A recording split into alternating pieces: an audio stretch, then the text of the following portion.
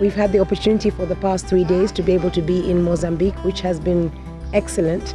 Lots of opportunities to be able to meet with government representatives at both national and at local level, civil society partners, and also young people. It's been memorable for me. It really stands out of all the missions that I've had, because it's a country with significant political will when it comes to ending child marriage. We have laws in place, we have policies in place, and we have community leaders, who most memorable, really have the willpower, are familiar with the laws, and know that this practice needs to be able to stop in this country for the country to be able to develop and move forward. Somos distrito que não foge à realidade. Infelizmente, temos estado a registrar casos desses quase que diariamente.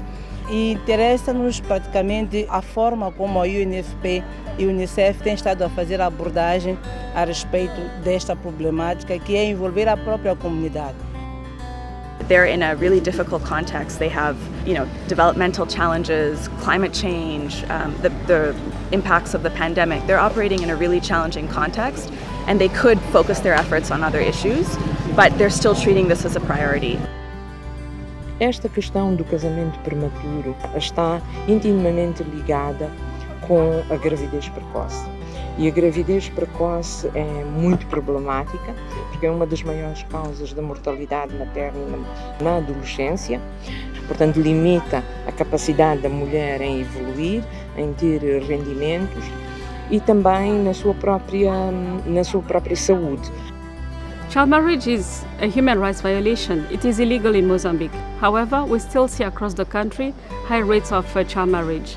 One of the key issues for the global program to end child marriage is initiation rights, where some of the children are encouraged to marry at an early age.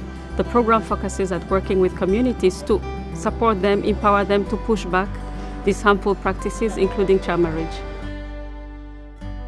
I think what's most important when it comes to child marriage is ensuring that young people have choices and can be able to make choices about when, where, or what it is that's going to happen to them and to their bodies, etc. And so it's been great to be able to, for example, see the capoeira group and see the young girls dancing and exercising within capoeira.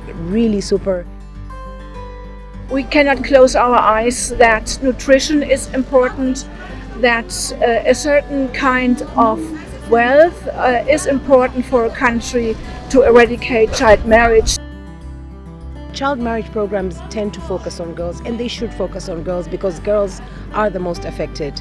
But we know that if we are to end child marriage, we need to be able not only to focus on ending child marriage, but to transform communities in terms of gender. And so for me, this mission has been great because we've also met boys who are playing a strong mentoring role. So we're not only seeing, the beginnings of boys who will be able to make choices about how they partner with girls, but also they'll grow into men who will think about who it is that they're going to marry.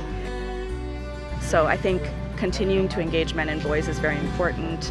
I think including the matronas and other sort of community leaders who have influence and who can basically change the mindsets of people to understand that this is a harmful practice that ultimately is detrimental to Mozambican society and the development of this country. I think that's very important. E os resultados já começam a vir. Vale a pena falar que temos raparigas que são reintegradas, portanto, reintegradas às escolas, reintegradas às suas famílias, justamente porque se consegue chegar a casos destes aqui. There's a lot of will and desire to address this issue, to ensure that girls have a better future and that they're able to contribute to the inclusive and sustainable development of this country.